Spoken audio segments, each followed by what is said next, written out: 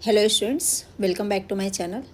आज मैं quadratic equation का थर्ड लेक्चर लेके आई हूँ, जिसमें मैं रूट्स अंडर पर्टिकुलर केसेस, कुछ पर्टिकुलर केसेस डिस्कस करूँगी और condition for common roots discuss करूँगी। और आज का लेक्चर मोस्ट इम्पॉर्टेंट होने वाला है, क्योंकि ये जो कॉन्सेप्ट्स है ये शॉर्ट ट्रिक का काम करता है क्वेश्चंस को सॉल्व करने के लिए, जिसकी हेल्प से आप क्वेश्चन देखने के साथ बिल्कुल टिक कर लेंगे और बहुत इम्पॉर्टेंट है।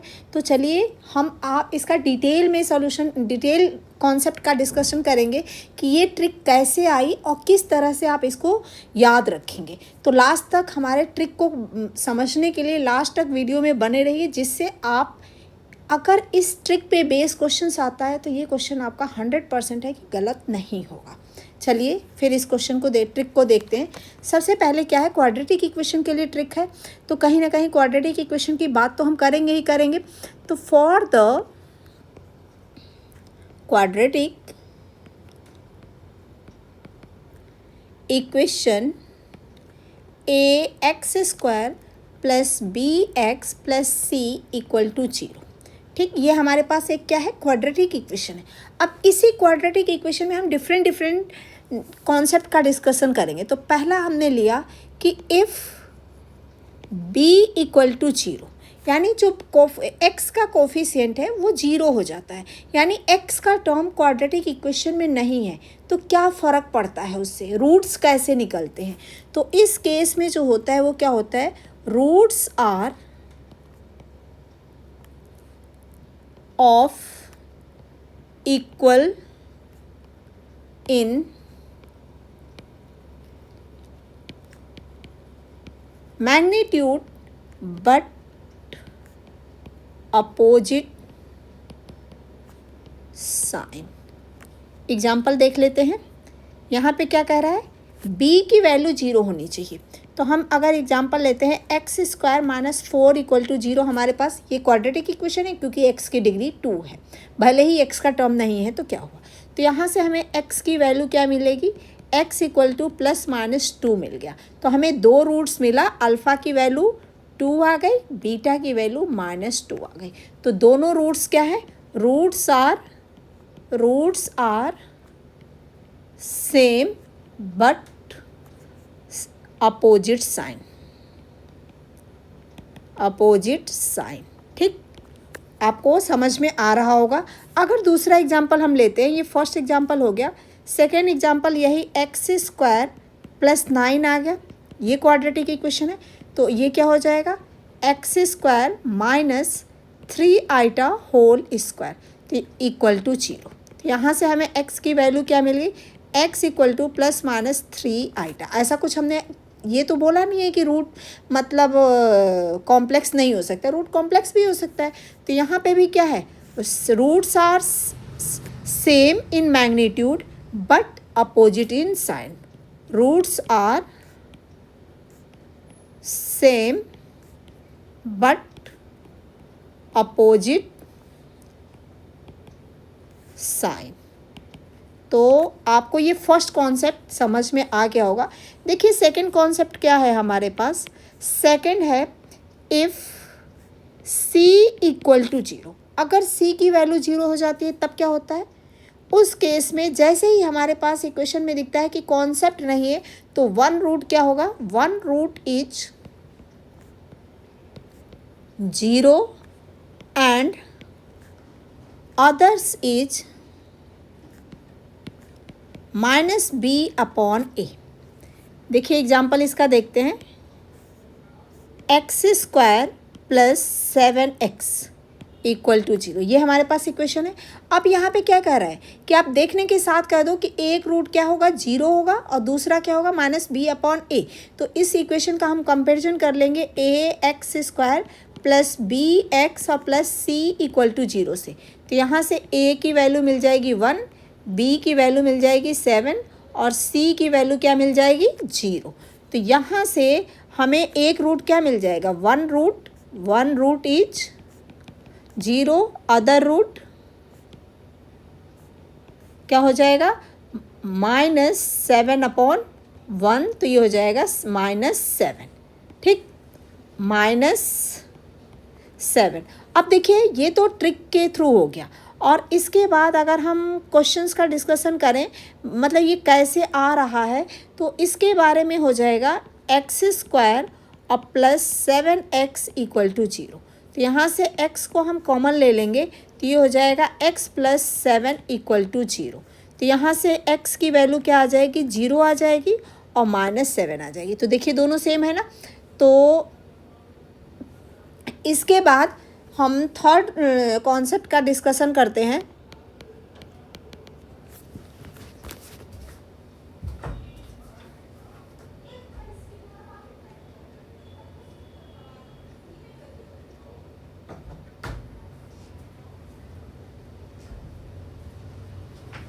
इसके बाद थर्ड कॉन्सेप्ट है इफ़ b = c = 0। b और c दोनों वैल्यू 0 है, तो इसका मतलब क्या हो जाएगा, both roots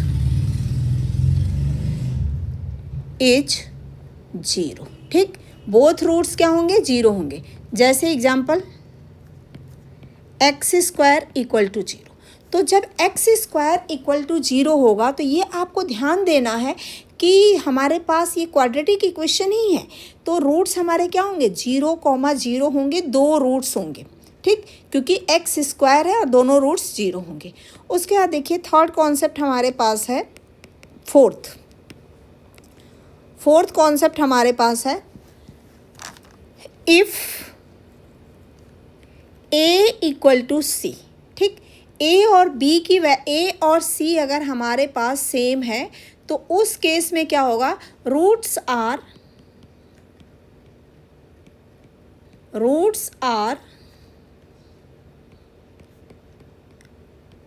reciprocal to each other.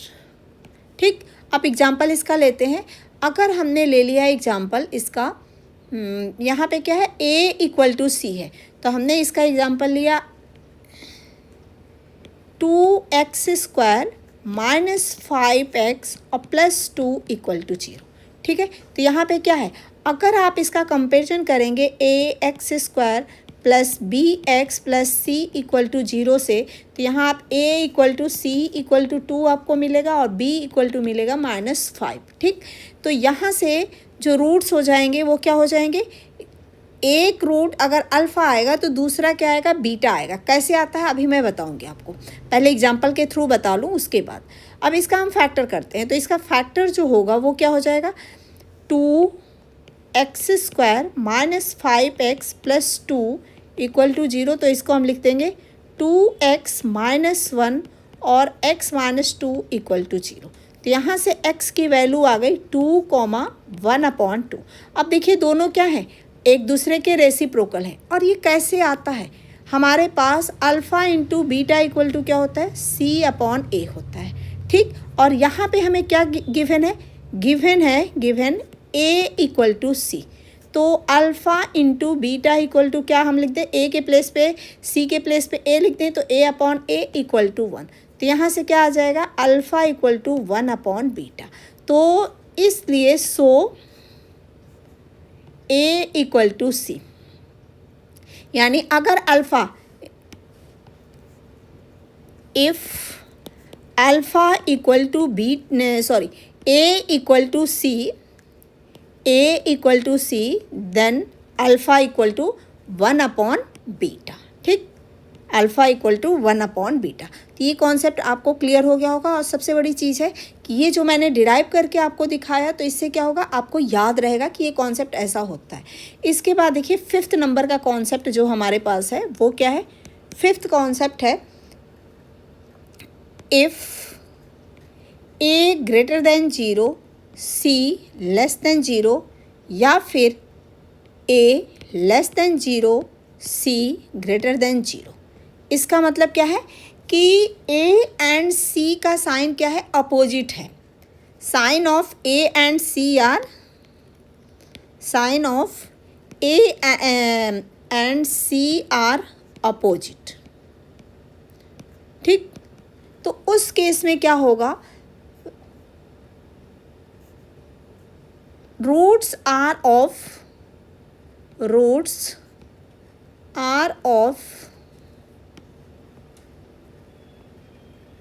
Opposite sign.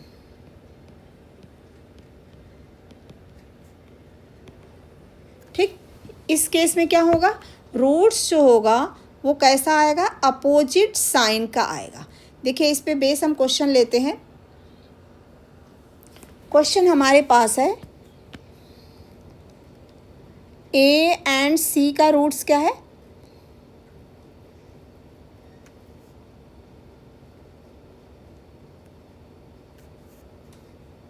X square, example हम यहाँ पे लेते हैं एक्स स्क्वायर -2x-3 = 0।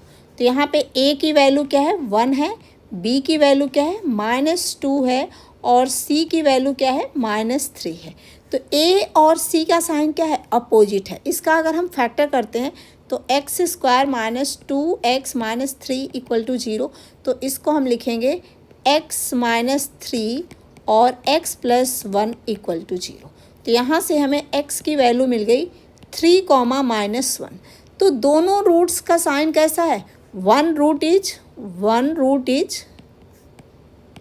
positive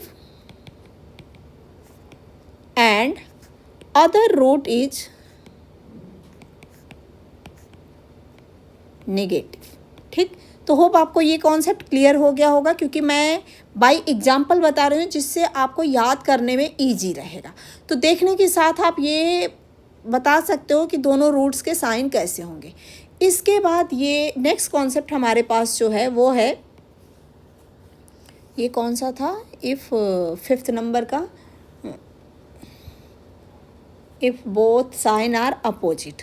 अब इसके बाद 6 कॉन्सेप्ट हमारे पास है, if A positive, B positive, C positive, या फिर A negative, B negative, C negative.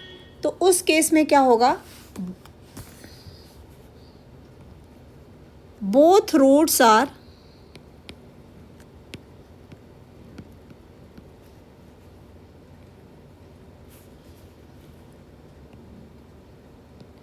Negative. ठीक है, अगर ए बी सी तीनों का साइन, तीनों कांस्टेंट का साइन अगर सेम है तो उस केस में जो दोनों रूट्स हमें मिलेंगे वो दोनों रूट्स के साइन क्या होंगे, दोनों रूट्स के साइन क्या होंगे, निगेटिव होंगे। देखिए यहाँ पे मैं एग्जांपल लेती हूँ, x² + 5x और +6 = 0। तो इसका फैक्टर क्या हो जाएगा, x + 2 और x + 3 = 0। तो यहाँ से x की वैल्यू मिल गई -2, -3। बोथ रूट्स आर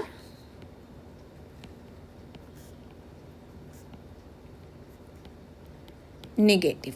ठीक, तो यहाँ पे a की वैल्यू क्या थी, a = 1 था, b = क्या था, 5 था, c = क्या था, 6 था। a b c क्या थे, पॉजिटिव थे। ठीक, दूसरा अगर निगेटिव यहाँ पे रहेगा, अगर यही चीज़ इस तरह से हो सकता है, जैसे -x² - 5x² - 6x = 0। ठीक, तो आप क्या करते, माइनस से मल्टीप्लाई कर देते, फिर x² + 5x और +6 = 0। तो x की वैल्यू क्या मिल जाती, -2, -3। तो इस केस में भी क्या आता, बोथ रूट्स आर निगेटिव। इसके बाद नेक्स्ट हमारा 7th नंबर का कॉन्सेप्ट है। देखिए 7th नंबर का कॉन्सेप्ट क्या है, A positive, B negative, C positive, यानी अल्टरनेट साइन, पहला पॉजिटिव फिर निगेटिव फिर पॉजिटिव, या फिर ए निगेटिव, बी पॉजिटिव और सी निगेटिव। ठीक, अल्टरनेट साइन आता है। तो इस केस में क्या होता है, बोथ रूट्स आर पॉजिटिव,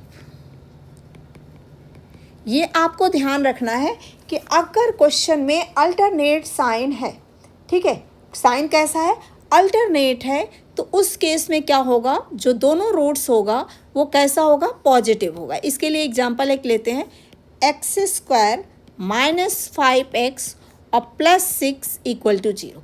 यहाँ पे क्या है, यहाँ पॉजिटिव साइन है, यहाँ क्या है, नेगेटिव है, यहाँ फिर पॉजिटिव है, ठीक। तो ये क्या है, अल्टरनेट साइन है। A positive, A equal to क्या है, ए की वैल्यू है यहाँ पे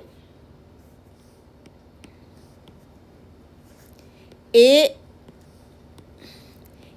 equal to 1 which is positive, B equal to -5 which is negative and C equal to 6 which is positive, ठीक है। तो प्लस माइनस अल्टरनेट साइन आ रहा है, तो ये दोनों रूट कैसे होंगे, अगर रूट का नेचर पूछेगा तो दोनों रूट कैसे होंगे, पॉजिटिव होंगे। और इसके रूट्स होंगे क्या, x प्लस x माइनस 3 और x माइनस 2 इक्वल टू 0। तो यहाँ से आ जाएगा x equal to 3,2, both roots are positive. तो होप आपको ये concept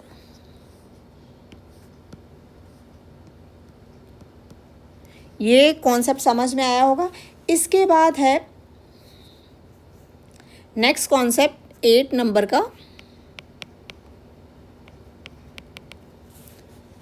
if sign of A equal to sign of B is not equal to sign of C, ठीक। ए और बी का साइन सेम है और सी का जो साइन है वो इक्वल नहीं है, तो ग्रेटेस्ट रूट, तो इस केस में क्या होगा, ग्रेटेस्ट रूट इन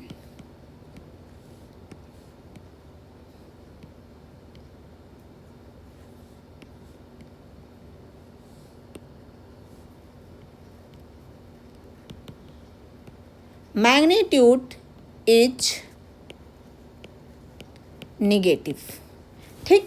यहाँ पे क्या कह रहा है कि अगर ए और बी दोनों के साइन सेम है लेकिन सी का साइन क्या है, अपोजिट है, ठीक है। तो उस केस में क्या होगा कि जो ग्रेटेस्ट रूट होगा वो क्या होगा, निगेटिव होगा, और जो स्मॉलेस्ट रूट होगा वो क्या होगा, पॉजिटिव होगा। तो एक एग्जांपल ले लेते हैं यहाँ पे, देखिए,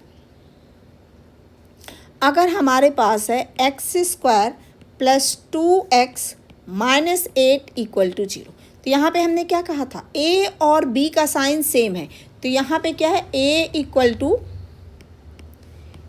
नीचे लिखते हैं, a equal to 1, b equal to 2, और दोनों क्या है, sign of a and b is same, ठीक। तो एक जो ग्रेटेस्ट रूट होगा वो क्या होगा, निगेटिव होगा, तो फैक्टर इसका जो होगा वो क्या हो जाएगा, x square plus 2x minus 8 equal to 0 को हम लिख सकते हैं x प्लस 4 और x माइनस 2 इक्वल टू 0। तो यहाँ से हमें x की वैल्यू मिल गई, x equal to -4 and x equal to 2। तो अब देखिए, जो ग्रेटेस्ट मैग्नीट्यूड में जो ग्रेटेस्ट नंबर है वो क्या है, 4 है, तो 4 का जो साइन है वो निगेटिव है और जो स्मॉलेस्ट रूट है वो 2 है। तो यहाँ पे बेनिफिट क्या मिलेगा कि अगर कभी भी इस तरह से क्वाड्रेटिक इक्वेशन रहेगी और उसका मतलब उसको देख करके हमें ऑप्शन टिक करना होगा, तो सीधे हमारा माइंड क्लिक करेगा कि ए और बी का जो साइन है वो क्या है, सेम दिख रहा है, और सी जो है वो अपोजिट साइन है। तो उस केस में हम ऑप्शन से मैच करेंगे, तो अगर 2 और 3 ऑप्शन सेम होंगे और चौथा ऑप्शन कुछ इस टाइप का होगा कि ए जो मैग्नीट्यूड में बड़ा है और उसका साइन निगेटिव है, जो मैग्नीट्यूड में छोटा है उसका साइन पॉजिटिव है, तो हम बिना फैक्टर किए आराम से हम ऐसे ही टिक कर देंगे। और यहाँ पे प्रॉब्लम तब आती है जब हमारे क्वेश्चन का फैक्टर जो होता है ना वो थोड़ा सा मुश्किल होता है, उस केस में ये ट्रिक हमें बहुत ज़्यादा काम करेगी, ठीक। तो इसके बाद 8th नंबर के बाद हम 9 क्वेश्चन पे जाते हैं। देखिए इसके बाद का जो नेक्स्ट ट्रिक है 9th नंबर, वो क्या है, if sign of B equal to sign of C is not equal to sign of A. यानी अब यहाँ पे क्या हो गया, B और C के साइन क्या हो गए, सेम हो गए, और A का जो साइन हो गया वो क्या हो गया, अलग हो गया। तो उस केस में जो होगा वो क्या होगा, ग्रेटेस्ट रूट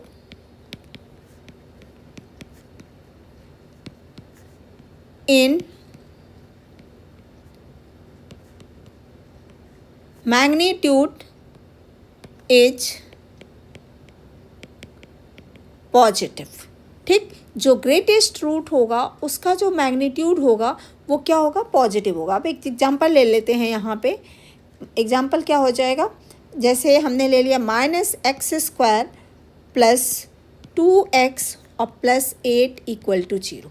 तो यहाँ पे सीधा सीधा दिख रहा है कि B और C के साइन क्या है, पॉजिटिव है, A निगेटिव है। तो इसका जो फैक्टर होगा वो क्या हो जाएगा, इसका जो फैक्टर होगा, इसको हम माइनस से मल्टीप्लाई कर दें तो x² - 2x - 8 = 0। अभी भी वही चीज़ है, B और C का साइन सेम है, A का साइन अपोजिट है। तो इसको हम लिख सकते हैं x - 4 और x + 2 = 0। यहाँ से आ गया x = 4 और x = -2। तो यहाँ पे देखिए जो ग्रेटेस्ट मैग्नीट्यूड है वो 4 है, x का जो ग्रेटेस्ट रूट का ग्रेटेस्ट मैग्नीट्यूड है वो 4 है। तो 4 का जो साइन है वो पॉजिटिव है, और जो स्मॉलेस्ट रूट है उसका साइन क्या है, निगेटिव है। ठीक, तो इस तरह से अब नेक्स्ट कॉन्सेप्ट पे चलते हैं, 10th नंबर। तो यहाँ क्या है, इफ़ a + b + c = 0। ठीक, अगर हमारे पास क्वाड्रेटिक इक्वेशन जो होती है ax² + bx + c = 0, उसमें अगर तीनों कोफिशिएंट को हम ऐड करते हैं और उसकी वैल्यू 0 आती है, तो उस केस में क्या होता है, one root is 1 and say other root is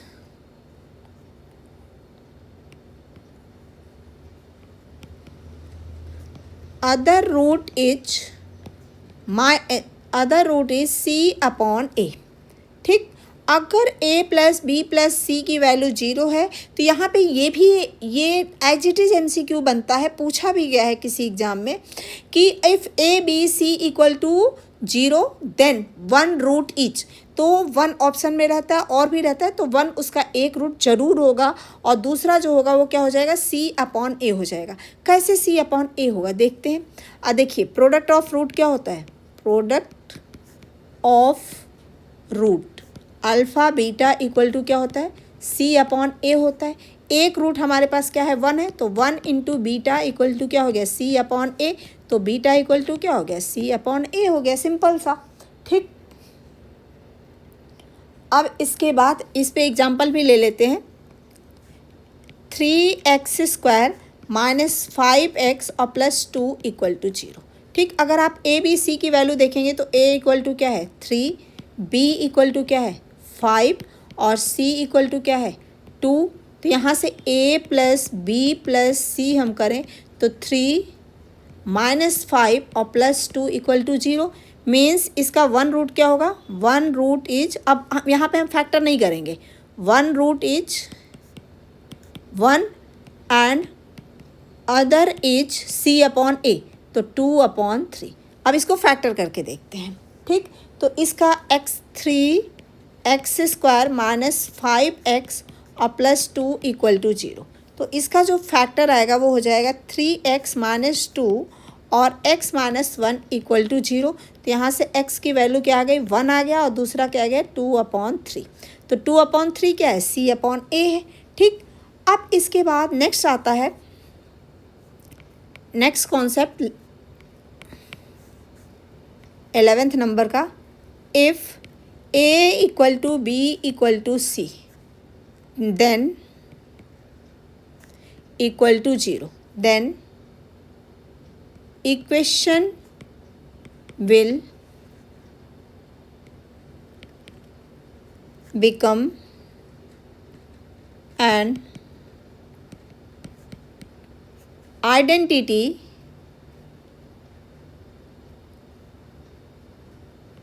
and will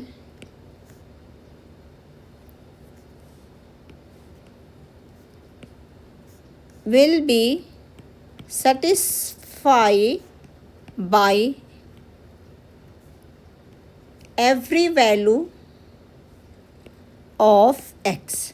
ठीक, तो ये सारे हमारे शॉर्ट ट्रिक के सारे कॉन्सेप्ट रहे। देखिए, ये सारे कॉन्सेप्ट को मैं विथ एग्जांपल लेकर के आपको डिस्कस करने की कोशिश की हूँ, जिससे आपको बहुत अच्छे से समझ में आ जाए। इसके बाद एक ये कॉन्सेप्ट है जो मोस्ट इम्पॉर्टेंट है, इस पर कई बार क्वेश्चन पूछा गया है। क्या है ये? Condition for common root. Condition for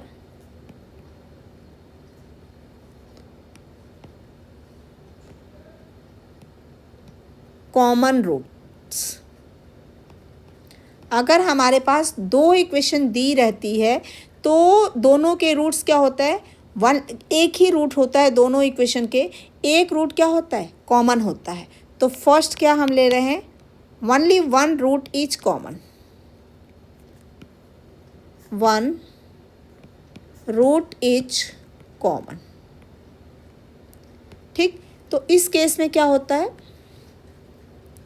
late alpha B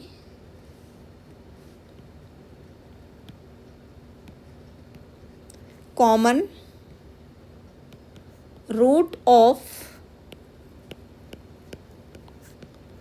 quadratic equation a1x² plus b1x और plus c1 equal to 0 and a2x² plus b2x और plus c2 equal to 0। Then यहाँ पे क्या है? एक रूट हमारा कॉमन है। तो उस केस में हम क्या करेंगे कि एक रूट हमने मान लिया कि एक रूट क्या है? अल्फ़ा है। एक रूट हमने क्या किया? अल्फ़ा को लेट किया कि अल्फ़ा रूट जो है वो कॉमन है। तो जब अल्फ़ा दोनों इक्वेशन के रूट कॉमन है तो अल्फ़ा उस इक्वेशन को, दोनों इक्वेशन को सेटिस्फाई करेंगे। तो एक्स के प्लेस पे अल्फ़ा को हम क्या करते हैं? रिप्लेस कर देते हैं। तो ये हो जाएगा a1 alpha square plus b1 alpha plus c1 equal to 0 and a2 alpha square plus b2 alpha plus c2 equal to 0। अब यहाँ से हम अल्फ़ा की वैल्यू फाइंड आउट करने के लिए क्रैमर रूल लगाएंगे। तो यहाँ पे हम लिखेंगे अल्फ़ा स्क्वायर, यहाँ पे लिखेंगे अल्फ़ा, यहाँ पे कांस्टेंट 1। इसके सबके डिनोमिनेटर लगाएंगे और प्लस माइनस अल्टरनेट चलेंगे। यहाँ प्लस है तो यहाँ माइनस हो जाएगा, यहाँ प्लस रहेगा। अब देखिए, अल्फ़ा स्क्वायर की वैल्यू फाइंड आउट करनी है तो हम क्या करेंगे? ये वाले टर्म को छुपा लेंगे। ठीक, और फिर यहाँ से b1 को c2 से मल्टीप्लाई करेंगे तो हो जाएगा b1 c2 minus b2 c1। ठीक, यहाँ से इसको ऐसे मल्टीप्लाई किया, यहाँ से ऐसे। अब जब हम अल्फ़ा पे आएंगे तो इस वाले को छुपा लेंगे और फिर क्या होगा? a1 c2 minus a2 c1। और जब हम इस पे आएंगे, इसकी वैल्यू कांस्टेंट की निकालेंगे तो इसको छुपा लेंगे और फिर क्या करेंगे? फिर यहाँ पे a1 को b2 से मल्टीप्लाई करेंगे तो a1 b2 minus a2 b1। ठीक, अब यहाँ से हमें वैल्यू मिलेगी alpha square upon b1 c2 minus b2 c1 equal to alpha upon a2 c1 minus a1 c2 equal to 1 upon a1 b2 minus a2 b1। ठीक, तो यहाँ से कंडीशन एक आएगी, condition for only one common root is. यहाँ से हम alpha की वैल्यू निकालेंगे। देखिए, एक सेकंड, थोड़ा सा और आपको एक्सप्लेन कर दूँ। अब यहाँ से क्या होगा, अल्फ़ा स्क्वायर की वैल्यू आ जाएगी। अगर अल्फ़ा स्क्वायर निकालें तो इसको इसके साथ ले लें तो ये हो जाएगा B1C2 minus B2C1 upon A1B2 minus A2B1। ठीक, और इन दोनों, इसको और इसको हमने लिया, 1 और 3rd को लिया तो ठीक। अब यहाँ 1st 2nd और 3rd को लेंगे तो क्या आएगा, alpha equal to A2C1 minus A1C2 upon A1B2 minus A2B1। अब ये अल्फ़ा स्क्वायर की वैल्यू है, ये अल्फ़ा की, दोनों को यहाँ से अल्फ़ा की वैल्यू रखते हैं तो यहाँ से ये क्या हो जाएगा, A2C1 माइनस C1 A2C1 यहाँ पे A1 है minus A1C2 upon A1B2 minus A2B1 whole square equal to alpha square equal to B1C2 minus B2C1 upon A1B2 minus A2B1। ठीक, ये हो गया। अब हम क्या करेंगे कि क्रॉस मल्टीप्लाई कर दें, तो क्रॉस मल्टीप्लाई करेंगे तो ये हो जाएगा, देखिए A2C1 minus A1C2 whole square equal to A1B2 minus A2B1 और B1C2 माइनस B2C1। अब ये हमारी जो कंडीशन आई, ये क्या है, रिक्वायर्ड कंडीशन है, विच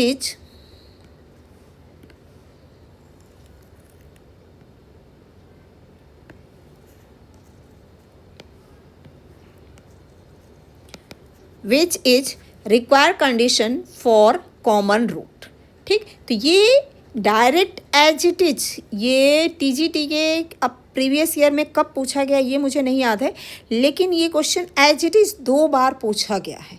तो मोस्ट इम्पॉर्टेंट ये कॉन्सेप्ट है, इसको आपको याद रखना है कि कॉमन रूट, जब 1 रूट कॉमन होता है तो ये हमारा रिजल्ट होता है, जिसको आप याद रखेंगे A2C1 और A1C2 होल स्क्वायर, और यहाँ पे A1B1 आता है, A1B2 आता है, माइनस A2B1 आता है, फिर B1C2 माइनस B2C1 आता है।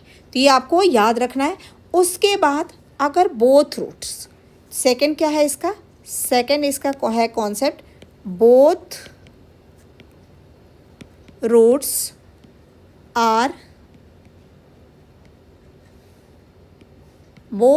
Are common. तो जब हमारे दोनों रूट्स कॉमन होते हैं तो उस केस में कंडीशन क्या होती है, A1 upon A2 equal to B1 upon B2 equal to C1 upon C2। ठीक, और इस तरह से हमने यहाँ पे ये क्वेश्चन कंप्लीट किया, और इसी तरह से आप दोनों रूट्स को फाइंड आउट भी कर सकते हैं। दूसरा एक चीज़ और होता है कि अगर आपको कॉमन रूट निकालना होता है तो आप क्या करोगे, एक्स स्क्वायर की इक्वेशन को, इन दोनों इक्वेशन को सॉल्व करके, ये जो 2 इक्वेशन दी हुई है इन दोनों इक्वेशन को सॉल्व करके और एक्स स्क्वायर वाले टर्म को आप रिमूव कर दीजिए, एक्स की वैल्यू निकाल लीजिए, और फिर एक्स की वैल्यू इक्वेशन में रख करके दूसरा वैल्यू निकाल सकते हैं। तो इस तरह से आप कॉमन रूट फाइंड आउट कर सकते हैं। तो अब इसके बाद हम नेक्स्ट वीडियो में आपके लिए डिस्कस करेंगे ग्राफ ऑफ क्वाड्रेटिक इक्वेशंस, और उस पे बेस क्वेश्चंस।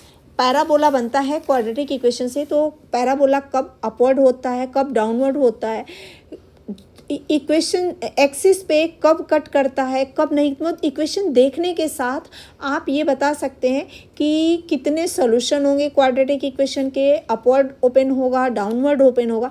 तो इसके लिए आप चैनल को सब्सक्राइब कर लीजिए, बेल नोटिफिकेशन को ऑन कर लीजिए, जिससे आपको इसका नोटिफिकेशन मिलता रहे जब नई वीडियो आती है। तो इसके अलावा मैं एप्लीकेशन ऑफ मैथमेटिक्स, जो आपको पूरे YouTube पे कहीं भी नहीं मिलेगा, कि जो हम मैथ्स पढ़ते हैं इसका रियल लाइफ में एप्लीकेशन क्या है। क्योंकि जब भी आप कहीं भी इंटरव्यू देने जाते हैं तो एग्जामिनर्स को, जो भी हमारे इंटरव्यू बोर्ड बैठे होते हैं, उनको ये पता होता है कि ये क्वेश्चन तो सब लोग करके, अगर ये रिटन क्वालिफाई करके आया है तो ये सारे क्वेश्चंस उनको आते हैं।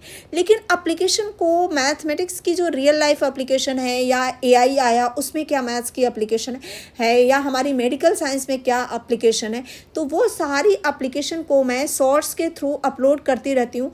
और मेडिकल साइंस में, एआई में, टेक्नोलॉजी में, या फिर हमारी डेली के यूजेज में मैथ्स का क्या एप्लीकेशन है, तो एप्लीकेशंस को देखने के लिए आप हमारे यूट्यूब चैनल पे जा करके शॉर्ट्स को देखिए, जिससे आपका ये क्वेश्चंस प्रिपेयर होता रहे। Thank you.